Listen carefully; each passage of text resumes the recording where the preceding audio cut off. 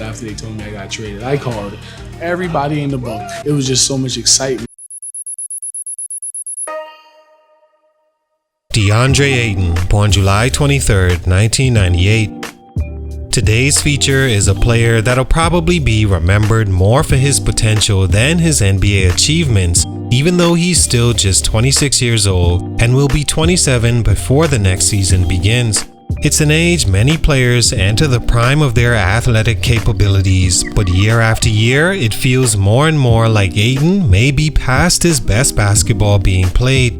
Just as that statement could be true, one that says Ayton has gone through the highs and lows in the league. He's a 7-foot center and former first overall pick from the 2018 class, selected ahead of some great NBA talent that'll likely end up NBA Hall of Famers one day, like Luka Doncic, Trae Young, Shai Gilgeous-Alexander, and Jalen Brunson. Dominate is an interesting word, seeing as it's one Deandre used before the 23-24 season to describe what he was about to do in the upcoming year, while giving himself the nickname Dominayton.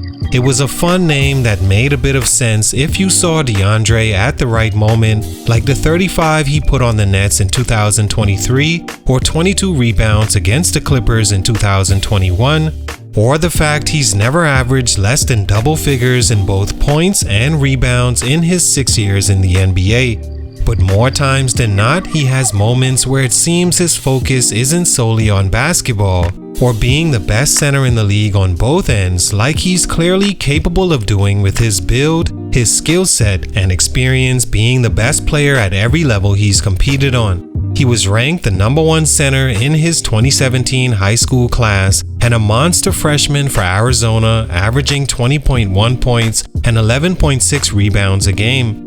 He added nearly 2 blocks and shot 34% from 3 as well.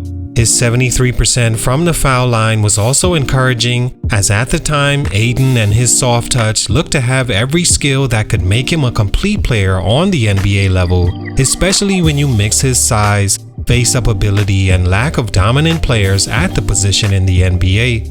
But in 5 seasons in Phoenix, the Suns dealt with a lot of frustration waiting for Ayton to step into the role of feared big man that could dominate a team from inside to outside, along with his attitude at times unreceptive to coaching and his effort leaving much to be desired. It's the reason he's been on the Suns trading block for the last 3 seasons he's played with the team, and why coach Monty WIlliams supported a trade of Ayton to the Pacers for Miles Turner and displeased when the Suns matched Indiana's max contract offer. Their contentious relationship was open for all to see and undermined the team's potential to contend for years. He was traded September 2023 to Portland and had another uninspiring year for the Blazers, one that was supposed to be an important one for his career, causing many to ask, is Deandre Ayton falling short of his potential? Maybe for these reasons. What happened? Let's talk about it. Salute to J Hoodie on IG for this request. It's your boy JC Stunted Growth. Let's get it, man. Take a minute to like, subscribe, and comment on who I should do next. Deandre Ayton is a 7-foot center born in Nassau, Bahamas, his father Nigerian and mother Bahamian and Jamaican.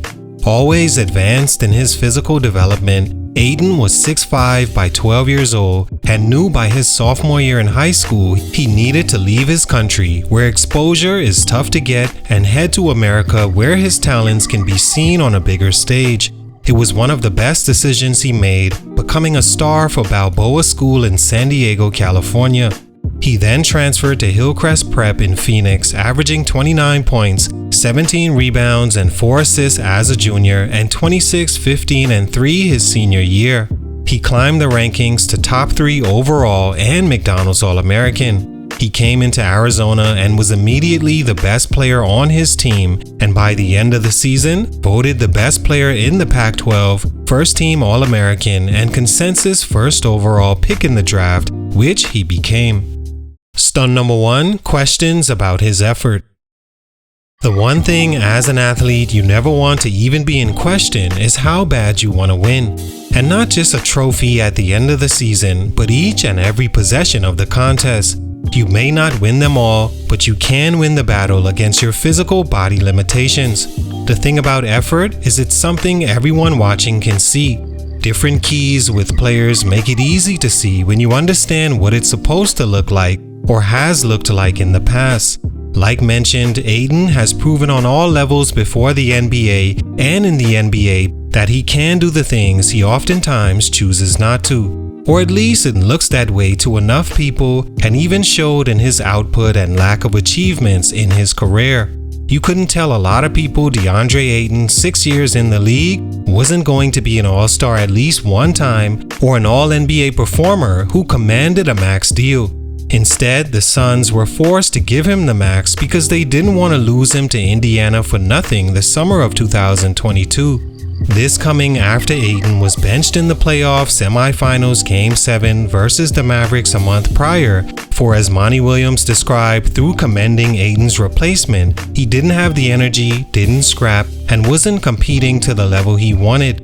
Ayton wasn't happy about this, and it led to an off-season where he was ready to leave and sign with the Pacers. Upon them bringing him back, you could see at times Ayton did not want to be with the team, spatting with teammates on the court and coaches off it. He still averaged 18 points and 10 rebounds in 22-23, but those numbers are ones Ayton can roll over from 2 hours of sleep and produce. It became frustrating not seeing him put in the effort to improve that much over his career. Stunt number 2, Ayton vs. Monty. By all accounts, Monty WIlliams has always been a player's coach. A former NBA player himself, he uniquely understands what players go through and what it takes to play toward your potential and not look like you're skating by off God-given talent and physicality alone. Deandre Ayton isn't the first player that has had differences with their coach, but for him it all seemed to come at all the wrong times. Like driving the coach to bench one of his best players in a Game 7, knowing coaches are judged based off meeting expectations set before the season. They lose their jobs for losing games, and Monty had so much of Ayton's contentions, he risked that to send a message to his center. When DeAndre's offer from the Pacers was matched, Monty wanted no parts of that or his signing, deciding not to show up to either, not even a congratulatory call following, as he felt the team needed to be rid of Ayton's poor energy that was affecting the team.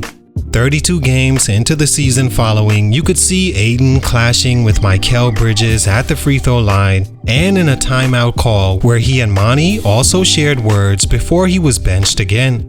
Clearly he didn't want to be there, and clearly the coach didn't want him there either. Ayton by design isn't a Monty WIlliams kind of player on the defensive end, just as much as his IQ is poor on the offensive end at times, evident in his inability to be a dominant rim protector even though he's 7 foot and athletic, not to mention has the physique to beat.